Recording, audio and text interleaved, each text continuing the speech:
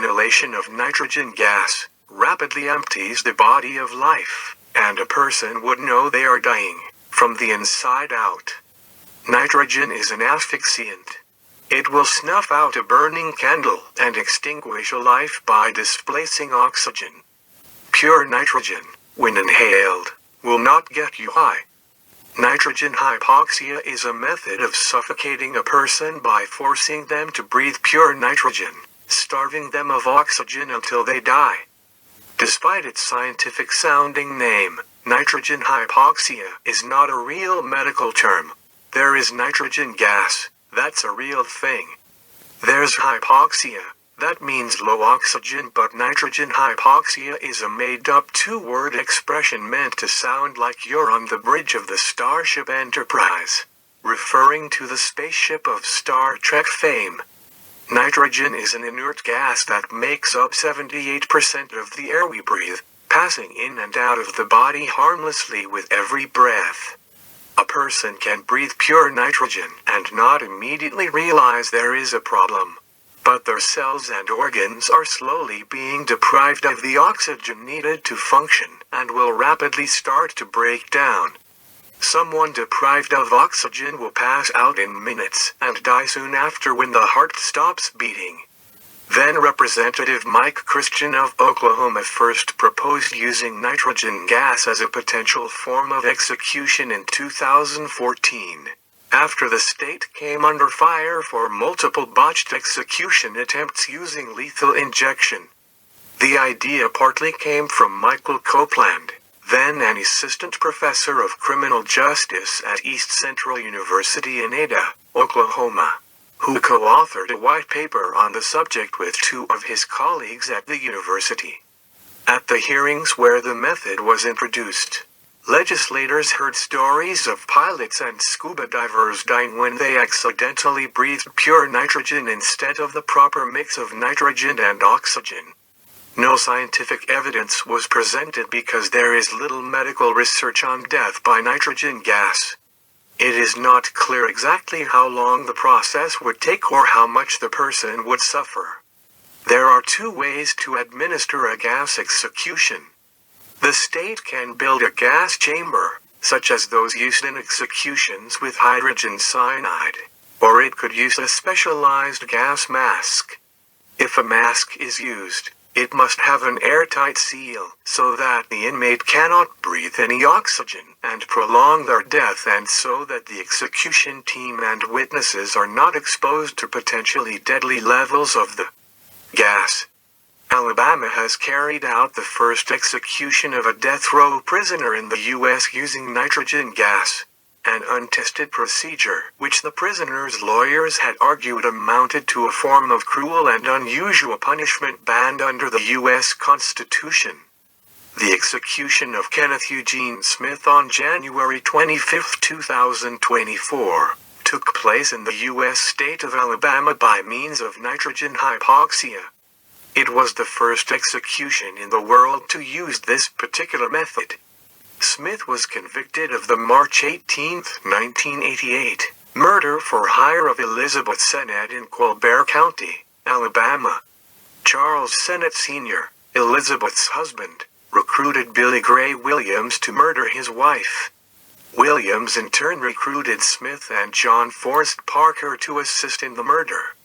Smith and Parker carried out the murder and stabbed Elizabeth Sennett to death at her home in Colbert County. A week after Elizabeth's murder, Charles Sennett Sr. killed himself when he learned he was a suspect in the murder. Billy Gray Williams was sentenced to life imprisonment without the possibility of parole and died in prison in November 2020. Smith and John Forrest Parker were both sentenced to death. Parker was executed via lethal injection in June 2010. Smith was scheduled to be executed by lethal injection in November 2022, but the execution was stayed after the execution team was unable to connect the intravenous lines to Smith in the time available before the expiration of the death warrant issued by the Alabama Supreme Court. As part of a settlement between the state and Smith, The state agreed not to pursue Smith's execution by lethal injection and instead utilize a secondary novel method of execution, nitrogen hypoxia. On January 25, Smith's final appeal to stave off his execution was once again rejected by the Supreme Court, and his death sentence was scheduled to be carried out on the same evening at 6 p.m. Central Standard Time. Kay Ivey, the governor of Alabama, had earlier declined to grant Smith clemency, which would have allowed Smith's death sentence commuted to life imprisonment if successful. Smith ate his last meal steak, hash browns, and eggs 8 hours before he was put to death, and he received a final visit from his wife and sons. His last words were said to be, "Tonight, Alabama causes humanity to take a step backwards. Thank you for supporting me. Love all of you." Smith became the first person in the world to be put to death by nitrogen hypoxia.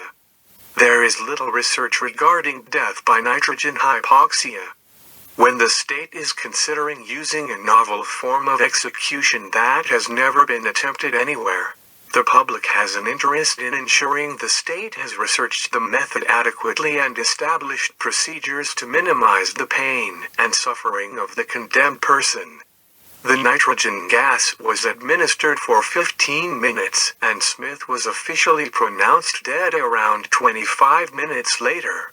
It appeared death occurred around 10 to 15 minutes following the administration of the gas, when movement of Smith ceased at 8 p.m., 11 minutes following the activation of the nitrogen hypoxia system.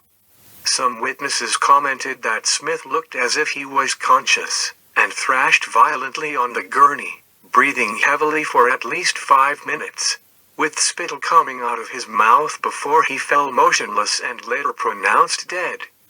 The execution protocol called for Smith to be strapped to a gurney in the execution chamber, the same one where he was strapped down for several hours during the lethal injection attempt, and a full face-piece supplied air respirator to be placed over his face. After he had a chance to make a final statement, the warden, from another room, was to activate the nitrogen gas. It would be administered through the mask for at least 15 minutes or 5 minutes following a flatline indication on the EKG, whichever is longer, according to the state protocol. Smith's attorneys had raised concerns that he could choke to death on his own vomit as the nitrogen gas flows. The state made a last-minute procedural change so he would not be allowed food in the 8 hours beforehand. He is not be allowed to consume liquids after 4 p.m., approximately 2 hours before the execution. Smith has previously said that his post-traumatic stress disorder causes him to suffer extreme nausea. There was some involuntary movement and some agonal breathing, so that was all expected and is in the side effects that we've seen and researched on nitrogen hypoxia. So nothing was out of the ordinary of what we were expecting. Agonal breathing is usually described as a kind of gasping seen in people who are dying. Smith, wearing a mask through which the nitrogen was administered, convulsed when the gas was turned on, popped up on the gurney repeatedly, and gasped and heaved. Smith was subsequently put to death later that night and pronounced dead at 8:25 p.m. All movement ceased at 8:08 p.m., indicating Smith was dead, and the curtain to the witness room closed at 8:15 p.m. After more than 30 years and attempt after attempt to game the system, Mr. Smith has answered for his horrendous crimes. Thank you for watching Death Row.